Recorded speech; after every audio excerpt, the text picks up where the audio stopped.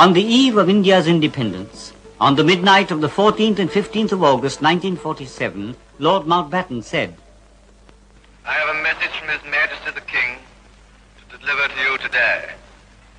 This is His Majesty's message. On this historic day, when India takes her place as a free and independent dominion in the British Commonwealth of Nations, I send you all my greetings and heartfelt wishes. Freedom-loving people everywhere will wish to share in your celebration. At this historic moment, let us not forget all that India owes to Mahatma Gandhi.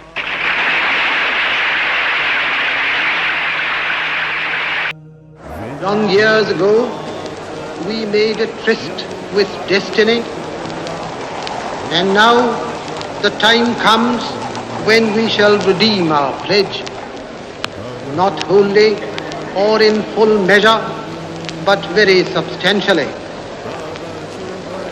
At the stroke of the midnight hour, when the world sleeps, India will awake to life and freedom. Frankly, I've never seen so many people. They must be here literally in their hundreds of thousands. A great, swarming, excited, cheering, enthusiastic Indian crowd. There flies the flag, and behind it, the great monsoon clouds are piling up. A shower of rain goes sweeping across the old Mughal fort, and a rainbow, a vivid rainbow, breaks out right across the sky. A symbol we all wish we were here for the future hope and prosperity of the new dominion of India.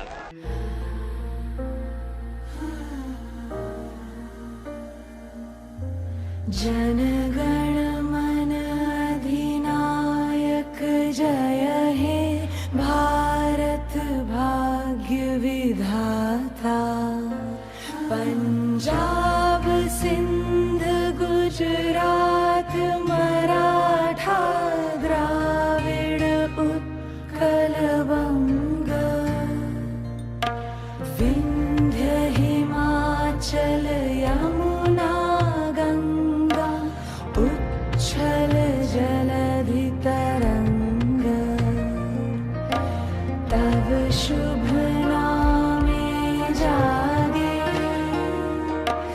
तब शुभ आशीष मांगे गाहे तब जय गाथा जन गण मंगलदायक जय हे भारत। नमस्कार दोस्तों, कैसे हैं आप सब। दोस्तों, आज 15 अगस्त 2023 को पूरे भारतवर्ष में हम लोग आज़ादी का अमृत महोत्सव मना रहे हैं। आज ही के दिन 15 अगस्त 1947 को भारत देश को अंग्रेजी हुकूमत से आज़ादी मिली थी और देश की इस आज़ादी के लिए लाखों हिंदुस्तानियों ने त्याग, बलिदान और कुर्बानियां दी थी। आज़ादी के मतवालों ने सीने पर गोलियां खाकर अंग्रेजी हुकूमत को देश छोड़ने के लिए मजबूर कर दिया था। आज की इस वीडियो में हम बात करेंगे ऐसी ही कुछ घटनाओं के बारे में जिसके बारे में शायद हमारे देश के हर नागरिक को पता होना चाहिए।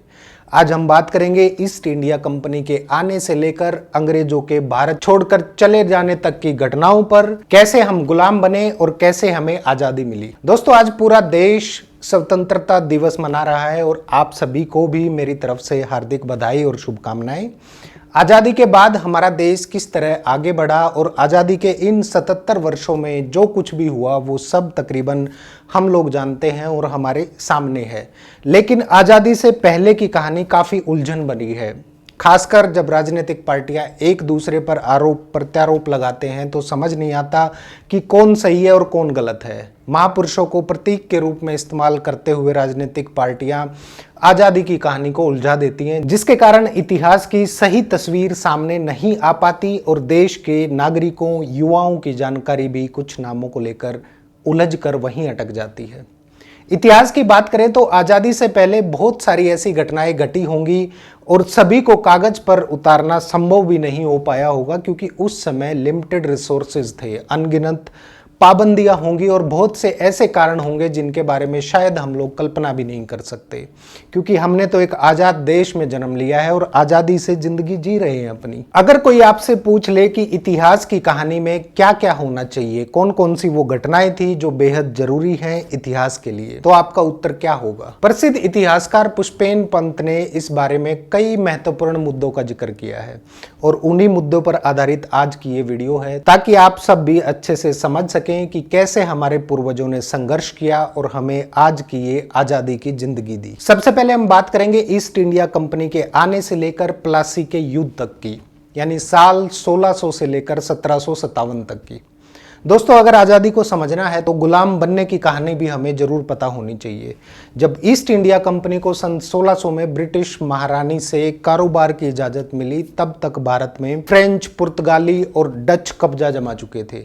भारत से सूती कपड़ा, रेशम, काली मिर्च, लौंग, इलायची और दालचीनी यूरोप जाने लगी थी। ईस्ट इंडिया कंपनी का जहाज 1608 में सूरत पहुंचा और वहां पुर्तगालियों को डच ने ईस्ट इंडिया कंपनी की मदद से रास्ते से हटा दिया। उसके बाद मुगल शासक जहांगीर से रिश्तों को मजबूती दी और ईस्ट इंडिया कंपनी ने यूरोपीय वस्तुओं से रिझाकर भारतीय शासकों का दिल जीत लिया और धीरे धीरे कूटनीति के जरिए उनके राजनीतिक मामलों में दखल देना शुरू कर दिया और उसके साथ साथ ही उन्होंने अपनी ताकत भी बढ़ानी शुरू कर दी।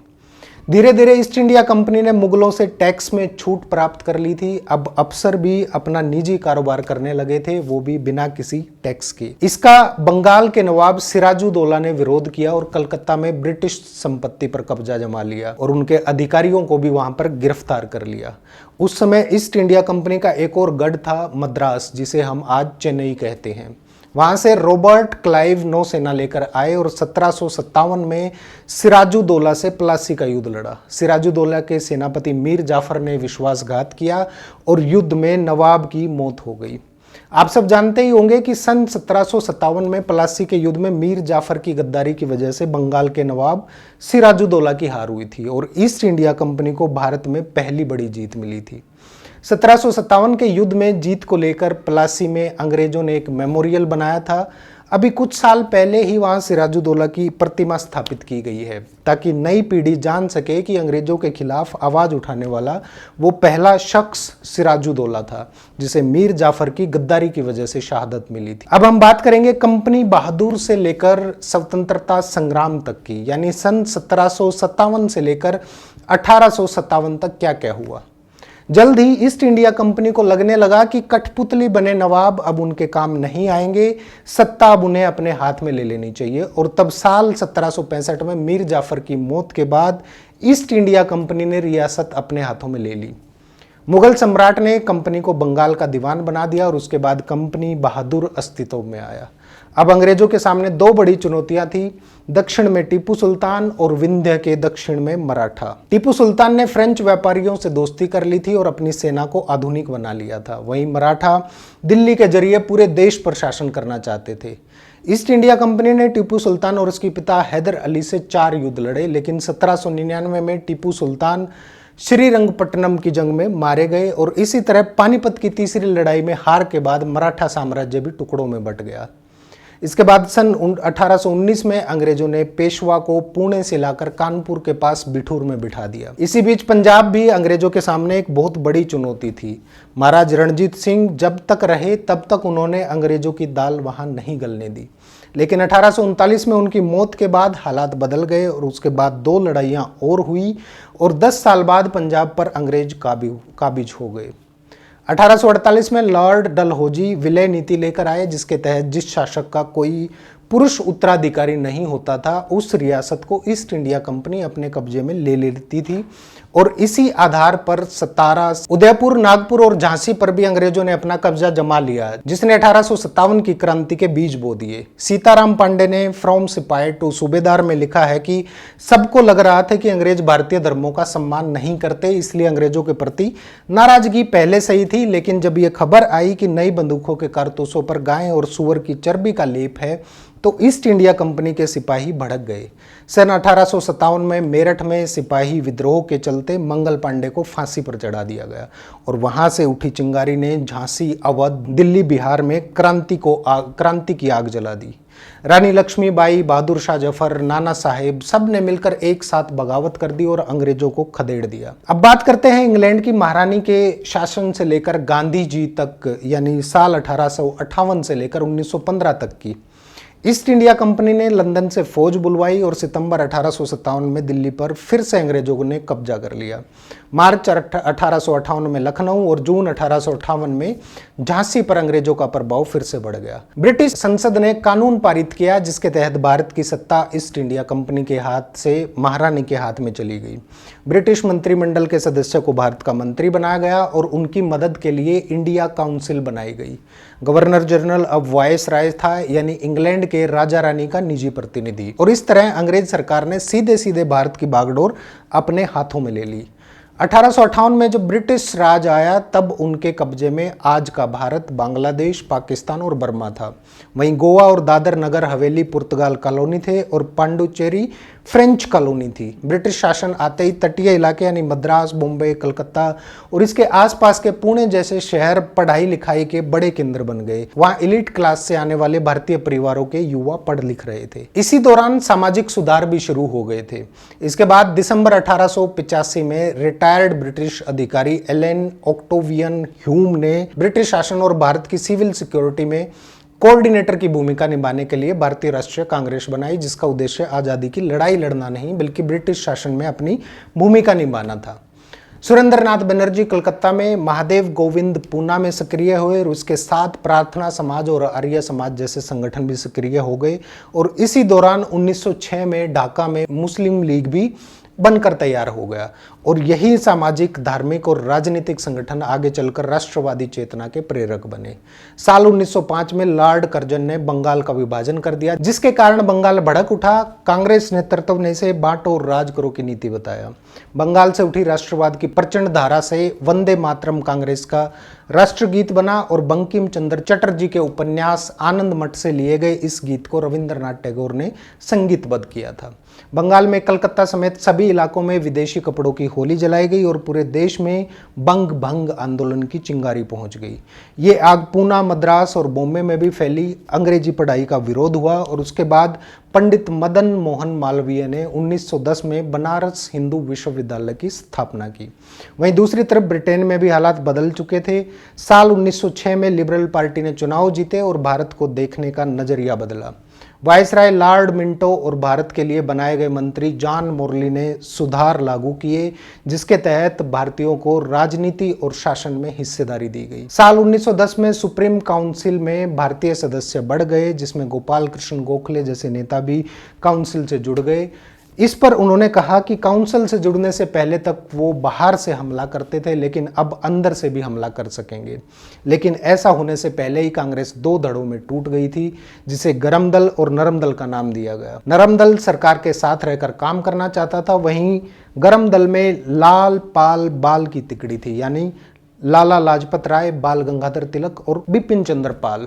तिलक ने क्रांतिकारी प्रफुल्ल चाकी और खुदीराम बोस के बम हमलों का समर्थन किया, जिसके बाद उन्हें बर्मा की जेल भेज दिया गया। उसके बाद पाल और अरविंद घोष ने सक्रिय राजनीति से संन्यास ले लिया और धीरे धीरे ये उग्र राष्ट्रवादी आंदोलन भी कमजोर पड़ गए। इसके बाद साल 1928 में लाला लाजपत राय को भी अंग्रेजों के लाठीचार्ज के कारण उनकी मौत हो गई। साल 1911 में मिंटो की जगह लॉर्ड होर्डिंग्स आए और उन्होंने विभाजित बंगाल को एक कर दिया, लेकिन बिहार और उड़ीसा को अलग प्रांत बना दिया और राजधानी भी कलकत्ता से उठाकर दिल्ली ले आए। और मुस्लिम लीग की मांग पर परिषदों में कुछ सीटें मुस्लिमों के लिए आरक्षित कर दी गई। और अब हम बात करेंगे आजादी की लड़ाई के आखिरी चरण के बारे में, यानी महात्मा गांधी से लेकर आजादी की लड़ाई तक, साल 1915 से लेकर 1947 तक के बारे में। मोहनदास करमचंद गांधी यानी बापू 1915 में दक्षिण अफ्रीका से लौटे। गांधी जी वहां नस्ल भेदी पाबंदियों के खिलाफ अहिंसक आंदोलन में सक्रिय थे। उसके बाद गोपाल कृष्ण गोखले की सलाह पर उन्होंने पूरे भारत का दौरा किया। भारत का दौरा करने के बाद गांधी जी चंपारण, खेड़ा और अहमदाबाद के स्थानीय आंदोलनों से जुड़े। 1919 में रॉयल्ट कानून के खिलाफ सत्याग्रह किया। ये ब्रिटिश शासन के खिलाफ पहला एकजुट आंदोलन था। आंदोलन को दबाने के लिए ब्रिटिश अधिकारियों ने दमनकारी हथकंडे अपनाए और अप्रैल 1919 में बैसाखी के दिन जलियांवाला बाग में जुटे प्रदर्शनकारियों पर गोली गोलियां चलाई जिसमें करीब 400 से ज़्यादा लोग मारे गए थे। उसके बाद जलियांवाला बाग हत्याकांड और खिलाफत आंदोलन की पृष्ठभूमि में साल 1920-21 में असहयोग आंदोलन शुरू हुआ। विदेशी कपड़ों की होली जलाई जाने लगी और देश के अलग अलग हिस्सों में हो रहे छुटपुट आंदोलन भी इससे जुड़ते चले गए।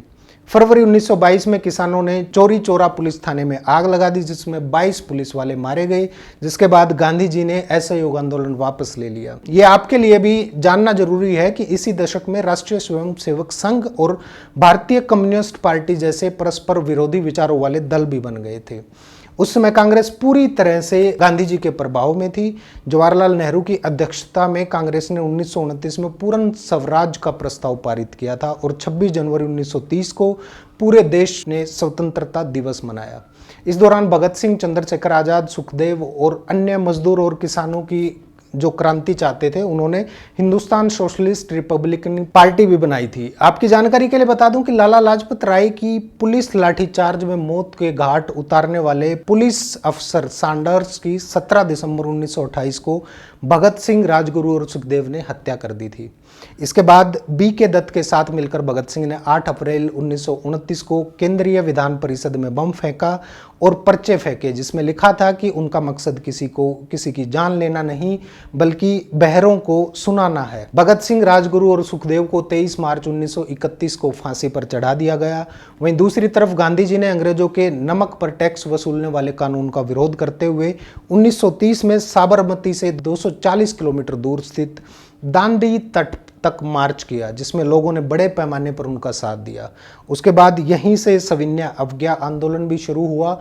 अब भारत में तकरीबन हर स्तर पर राष्ट्रीय चेतना बढ़ गई थी। तब 1935 में गवर्नमेंट ऑफ इंडिया एक्ट बना, प्रांतों को स्वायत्तता दी गई।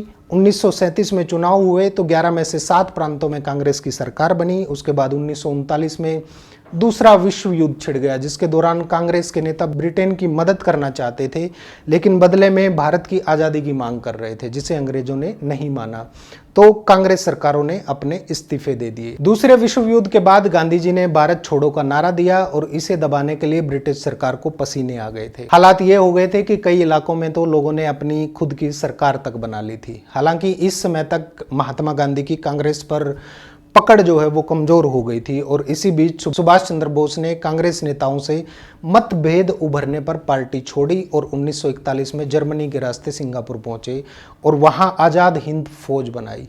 ये फौज 1944 में इम्फाल और कोहिमा के रास्ते भारत में प्रवेश करने में नाकाम हुई और अधिकतर लोग गिरफ्तार हो गए।